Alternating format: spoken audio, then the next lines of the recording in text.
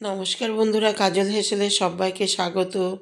তো বন্ধুরা দেখো, আজ আমি একটা সম্পূর্ণ নিরামিষ পালং শাকের রেসিপি করে দেখাবো।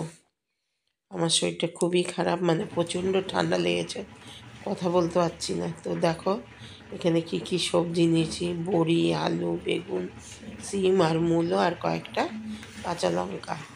আর দেখো দেখো পালং শাকটা কত কচি, একদম কচি। এখন শীত তো তো কচি, তোর জন্য ছোটো ছোটো, খুব বেশি ছোট করে কাটিনি, একটু বড় বড় করে কেটে ধুয়ে ঝুড়িতে রেখেছি জল ঝরানোর জন্য, কেন প্রচুর জল বেরোয় এই শাক রান্না করার সময়। আর আজ আমি একটা কি ফোড়ন দিয়ে আমি করি পালং শাক, সেটাই তোমাদের দেখাবো। জানি তোমরা সকলেই জানো করতে, তবু আমি কিভাবে করছি সেটাই তোমাদেরকে দেখাচ্ছি। তো দেখো, প্রথমেই সর্ষের তেল গরম হয়ে গেছে, তার মধ্যে বড়িটা দিয়ে সুন্দর করে ভেজে তুলে রাখা, একটু লাল লাল করে ভেজে নিলাম। এটা তো খুব গলার ব্যাপার নেই, এটা তো শাকের মধ্যে দেবো। মাছের ঝোলে টোলে দিলে তখন বেশি এতটা কড়া ভাজলে ভাল লাগবে না, তো শাকে দেবো বলে একটু কড়া কড়া ভাজা। আর দেখে নাও কি ফোড়ন দিচ্ছি: দুটো শুকনো লঙ্কা আর একটু হাফ টিস্পুন রাঁধুনি ফোড়ন দিয়ে দিলাম। দেওয়ার পর দেখো এখানে প্রথমে আলুটা দিয়ে দিলাম। প্রথমে আলুটা দিচ্ছি, আর আমি কিন্তু এরকম সব সরু সরু লম্বা লম্বা করে কেটে, যেমনভাবে মানে খুব গোট গোট কাটিনি, একটু লম্বা করেই কেটেছি। তো দেখো প্রথমে আলু দিয়ে দিলাম, তারপরে দিবেন মূলো, দিয়ে এবার একটু নাড়াচাড়া করে নিই। দুটো সবজি তো খুবই শক্ত, একটু তেলের মধ্যে নাড়াচাড়া করে নিলে একটু নরম হবে। তো বন্ধুরা দেখতে থাকো, আর আমার মতো এরকম কারা কারা রাঁধুনি ফোড়ন দিয়ে পালং শাক রান্না করো, আমাকে অবশ্যই কমেন্ট বক্সে কমেন্ট করে জানাবে। জানি না তোমরা কে কে করো, কিন্তু রাঁধুনি ফোড়ন দিয়ে পালং শাক কিন্তু প্রচণ্ড টেস্টি হয়। মানে নিরামিষের দিন এতটাই টেস্টি হয় সে বলার মতো না। অবশ্যই তোমরা করে খেয়ে দেখবে, যারা না করে খেয়েছো তাদেরকে বলছি বন্ধুরা, একবার রাঁধুনি ফোড়ন দিয়ে এভাবে পালং শাক রান্না করে খাবে। তো দেখো, আর আলু আর মূলোটা কতক্ষণ নাড়াচাড়া করার পর সামান্য হলুদ আর নুন দিয়ে দিলাম, দিয়ে তারপরে নাড়াচাড়া করে দিয়ে এবার দিয়ে দিলাম বেগুন আর সিমটা। ওটাকেও একটু ভাজা ভাজা করে নেবো।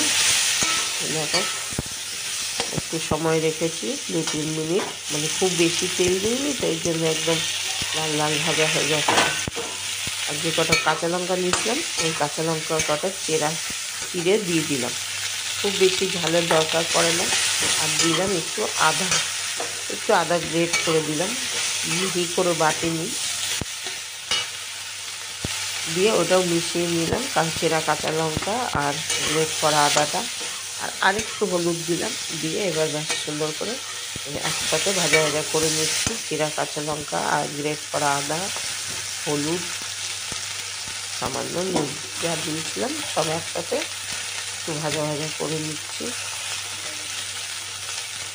একটু ভাবলাম সামান্য একটু জিরে গুঁড়ো দেবো, এই প্যাকেটটায় ছিল না, একটুখানি দিলাম।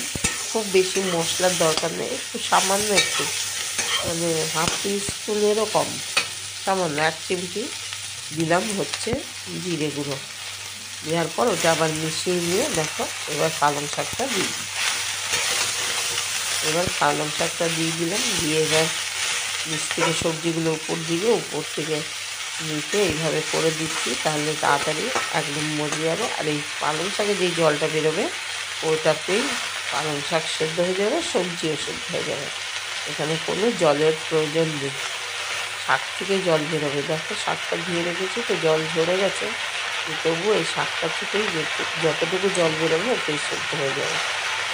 তো বন্ধুরা, যে কোনো নিরামিষের দিন এইরকম রাঁধুনি ফোড়ন দিয়ে একবার পালং শাক তোমরা খেয়ে দেখবে, যদি ভালো লাগে তাহলে আমাকে কমেন্ট বক্সে কমেন্ট করে জানাবে। আর আমার চ্যানেলে কেউ নতুন বন্ধু হয়ে এলে চ্যানেলটিকে সাবস্ক্রাইব করার অনুরোধ রইল। পাশে থাকা বেলটি অবশ্যই প্রেস করবে, তাহলে আগামী দিনে যত নিত্য নতুন রেসিপি আমি দেবো আর আপডেট সবার আগে তোমাদের কাছে পৌঁছে যাবে।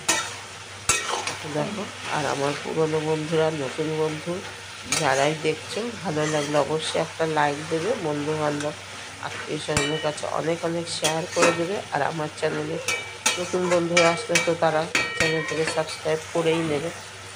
তো দেখো, মজে গেছে শাকটা, এখন একদম অল্প হয়ে গেছে। তো সেই বুঝে সেই আলটাকে আমি একটু নুন দিয়ে দিলাম। নুনটা আগে ভাজাটার সময়, মানে আলুগুলো ভাজার সময় সামান্য একটু দিয়েছিলাম। এখন আমি আন্দাজ মতো নুন দিলাম। নুন চিনি তোমরা যে যার আন্দাজ মতো দেবে। আর কচি পালং শাক তো খুব সুস্বাদু হয় খেতে।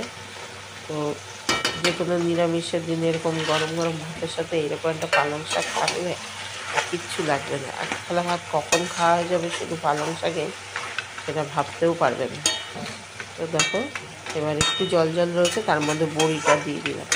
তাহলে বড়িটা বেশ সেদ্ধও হয়ে যাবে আর গন্ধটাও বেশ অ্যাবসর্ব করবে। আর আমি তো বিউলির ডালের বড়ি নিয়েছি, তোমরা ইচ্ছা করলে নিরামিষের দিনে মটর ডালের বড়িও দিতে পারো। যার যেটা যেরকম ডাল এর বড়ি পছন্দ সে সেটাই দিতে পারো। সব যে কোনো বড়িতেই এটা ভালো লাগবে। তো এবার আমি দিয়ে দিলাম চিনি।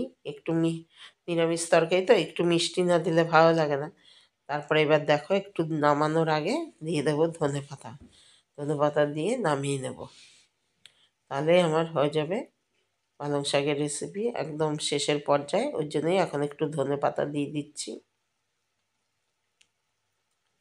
একটু কাঁচি দিয়ে কেটে দিলাম, কেটে রাখা ছিল না, ওই জন্য একটু কাঁচি দিয়ে কেটে দিয়ে দিলাম। এই দেখো, এখন একটু জল জল রয়েছে, ওইটুকু টেনে গেলেই ব্যাস একদম নামিয়ে নেব। তো বন্ধুরা, তোমরা এতক্ষণ কষ্ট করে আমার এই পালং শাকের রেসিপিটা দেখার জন্য তোমাদের অনেক অনেক ধন্যবাদ। ভালো থাকবে, সুস্থ থাকবে, সকলে সাবধানে থাকবে। তো দেখো, এই নামানোর সময় হয়ে গেছে, দুটো চেরা কাঁচা লঙ্কা দিয়ে দিলাম। এবার নামিয়ে একটা বোলের মধ্যে নামিয়ে নেবো কড়াই থেকে। তারপরে এখান থেকে সবাইকে সার্ভ করতে সুবিধা হবে। এই দেখো, কত সুন্দর দেখতে হয়েছে, তেমনি দেখতে তেমনি খেতে।